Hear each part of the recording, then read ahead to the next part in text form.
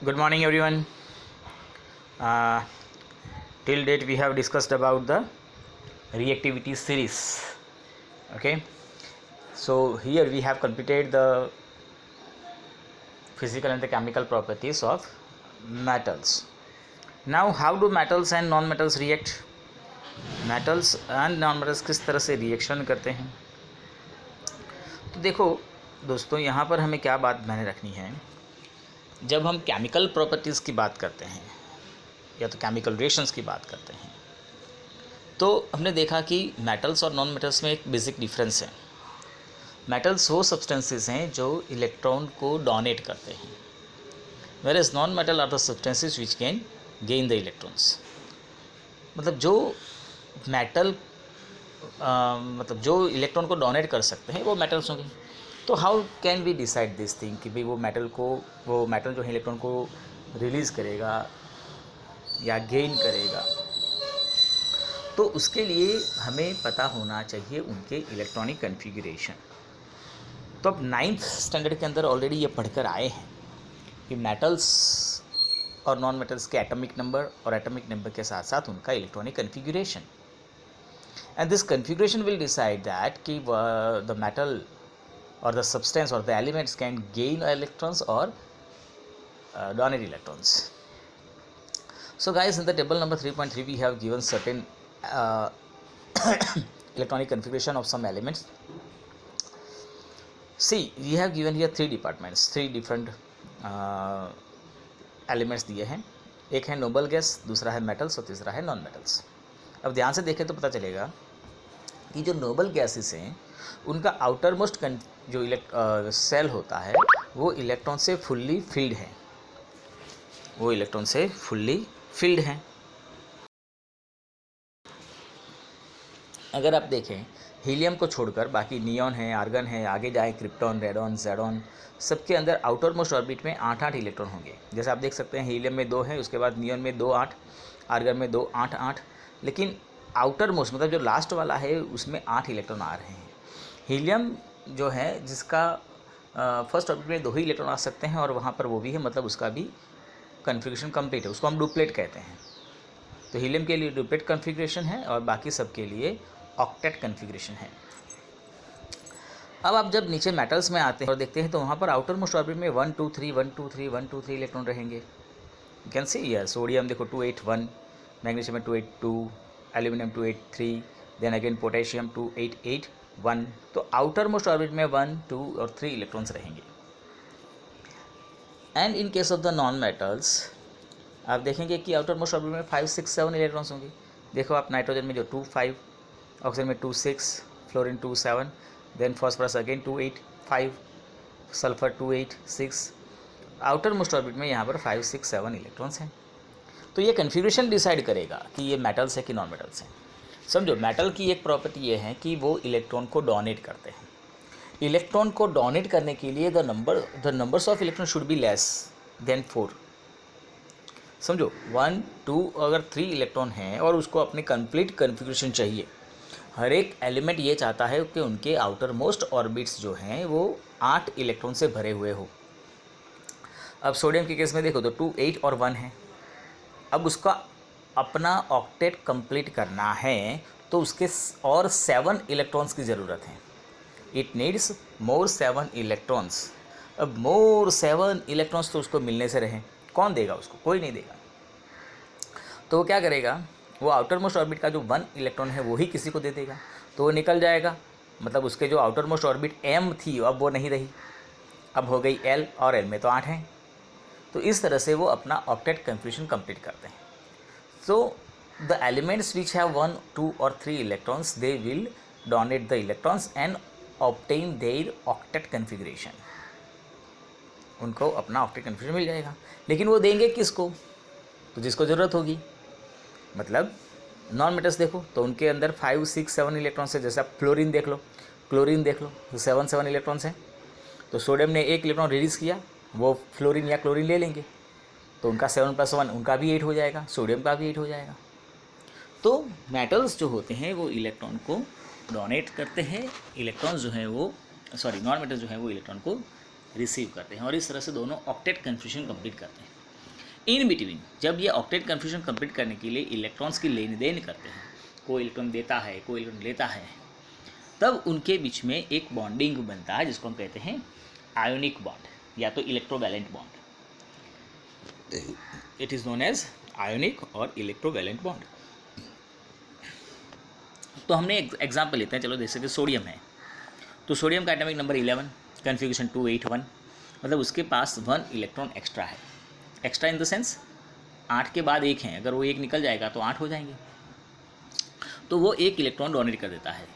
जैसे ही 1 इलेक्ट्रॉन जाएगा तो उसके ऊपर एक पॉजिटिव चार्ज आएगा। देखो उसके अंदर 11 प्रोटॉन और 11 इलेक्ट्रॉन्स थे, इसलिए वो न्यूट्रल था, सोडियम न्यूट्रल था। जितने प्रोटॉन्स हैं उतने इलेक्ट्रॉन्स हैं, जितना पॉजिटिव चार्ज उतना नेगेटिव चार्ज। लेकिन अब उसने 1 इलेक्ट्रॉन डोनेट कर दिया, तब इलेक्ट्रॉन्स के नंबर डिक्रीज हो गए। ठीक है, अब 11 प्रोटॉन के सामने 10 इलेक्ट्रॉन है, मतलब पॉजिटिव हो गया, +1 उसके ऊपर चार्ज होगा। तो sodium can donate 1 electron and acquire +1 charge. Now in case of chlorine atomic number is 17, तो कन्फिग्रेशन होगा 287। अभी यहाँ पर भी ऐसा ही होगा, 17 proton and 17 electron. Now it will receive 1 electron from sodium. उसने 1 इलेक्ट्रॉन जो सोडियम ने रिलीज़ किया था ये इसने ले लिया। अब इसके पास 17 प्रोटॉन के सामने 18 इलेक्ट्रॉन्स हैं, मतलब नेगेटिव चार्ज इंक्रीज हो गया, तो उसके ऊपर लगेगा -1। तो इस तरह से सोडियम जो है वो सोडियम +1 बनता है, क्लोरीन जो है वो -1 बनता है। और आप 9th में ऑलरेडी ये पढ़कर आए हैं एनायन और कैटायन के बारे में, से आपको याद होगा एनायन और कैटायन के बारे में हम ये पढ़कर आए हैं। तो इस तरह से positive charge and negative charge acquire होता है एलिमेंट्स के ऊपर, एटम्स के ऊपर। अब ये पॉजिटिव और नेगेटिव चार्ज के बीच में एक अट्रैक्शन क्रिएट होता है, and due to this attraction they will combine together to form a molecule like NaCl। तो इस तरह से NaCl बनता है। ठीक है, तो मेटल्स और नॉन मेटल्स के बीच में रिएक्शन जब होगा या बॉन्डिंग होगा तो मेटल इलेक्ट्रॉन को डोनेट करेगी, नॉन मेटल जो इलेक्ट्रॉन को रिसीव करेगी, और इस तरह से उनके बीच में आयोनिक बॉन्ड का फॉर्मेशन होता है। अब जरूरी नहीं है कि 1 इलेक्ट्रॉन डोनेट किया है, सामने लेने वाला भी एक ही है, इट इज़ नॉट नेसेसरी। ठीक है, जैसे आप नेक्स्ट एग्जांपल देखेंगे, मैग्नीशियम है, और मैग्नीशियम के पास उसके पास 2 इलेक्ट्रॉन एक्स्ट्रा है, Mg282 उसका कन्फिग्रेशन है, तो उसको 2 इलेक्ट्रॉन रिसीव करने हैं, डोनेट करने हैं। अब सामने क्लोरीन है, क्लोरीन का तो 1 ही चाहिए, तो क्या करेगा, वो 2 इलेक्ट्रॉन डोनेट करेगा, क्लोरीन 1 इलेक्ट्रॉन रिसीव करेगा, और दूसरा इलेक्ट्रॉन दूसरा क्लोरीन रिसीव कर लेगा। 2 क्लोरीन को तो दे सकता है मैग्नीशियम एक, मतलब 1 मैग्नीशियम के सामने 2 क्लोरीन होंगे, MgCl2 बनेगा। तो इस तरह से ये मेटल्स और नॉन मेटल्स के बीच में आयनिक बॉन्ड का फॉर्मेशन होता है। Now the properties of ionic compounds. तो आयनिक कंपाउंड्स की properties 4 properties we have given guys, and it is important, exam में आ सकती हैं। 4 प्रॉपर्टीज़ हैं, एक है physical nature, then melting point, boiling point, then solubility and conduction of electricity. तो पहला देख ले फिजिकल नेचर। तो फिजिकली आप देखें तो they are solids and hard. Ionic compounds are solid and hard. क्यों भाई? क्योंकि बिकॉज आपको पता है कि वो बने किस तरह से हैं, attraction between the positive and negative charge. ठीक है, तो स्ट्रॉन्ग अट्रैक्शन फोर्स की वजह से वो सॉलिड भी हैं, हार्ड भी हैं। लेकिन this compounds are generally brittle, मतलब हार्ड होते हैं, आप दबाएंगे तो टूटेगा। जैसे आप NaCl का एक क्रिस्टल ले लो, सॉल्ट, ठीक है, तो वो आप उसको फिर दबा के देखेंगे तो it is very hard, but अगर आप उसके ऊपर हैमरिंग करोगे तो एक ही फटके में वो पाउडर हो जाएगा। उसको हम कहते हैं ब्रिटल, हार्ड एंड ब्रिटल। फिर है melting point, boiling point guys. तो आयनिक कंपाउंड्स है high melting and high boiling points. Ionic compound का रीज़न वही है, स्ट्रॉन्ग अट्रैक्शन फोर्स की वजह से आपको अगर उनको तोड़ना है, Na और Cl को हटाना है, रिमूव करना है, तो आपको ज़्यादा एनर्जी देनी पड़ेगी। ज़्यादा एनर्जी देंगे तो हाई मेल्टिंग पॉइंट और बॉइलिंग पॉइंट हाई हो जाएंगे। ठीक है, सो मेल्टिंग पॉइंट और boiling point of the ionic compounds are generally high. Solubility की बात करें दोस्तों, तो ये जो इलेक्ट्रोवैलेंट कंपाउंड्स होते हैं, मतलब आयनिक कंपाउंड्स होते हैं, they are soluble in water. पानी के अंदर वो सॉल्यूबल होते हैं। लेकिन अगर आपके पास सॉल्वेंट्स जैसे नॉन पोलर सॉल्वेंट बोलते हैं इनको, कैरोसिन है, पेट्रोल है, बेंजीन है, ईथर है, टोल्यूइन है, ठीक है, इन सब के अंदर ये डिज़ोल्व नहीं होते हैं। तो they are soluble in water, but oil like kerosene, petrol, toluene उसमें वो डिज़ोल्व नहीं होते हैं। एंड कंडक्शन ऑफ इलेक्ट्रिसिटी, तो दे आर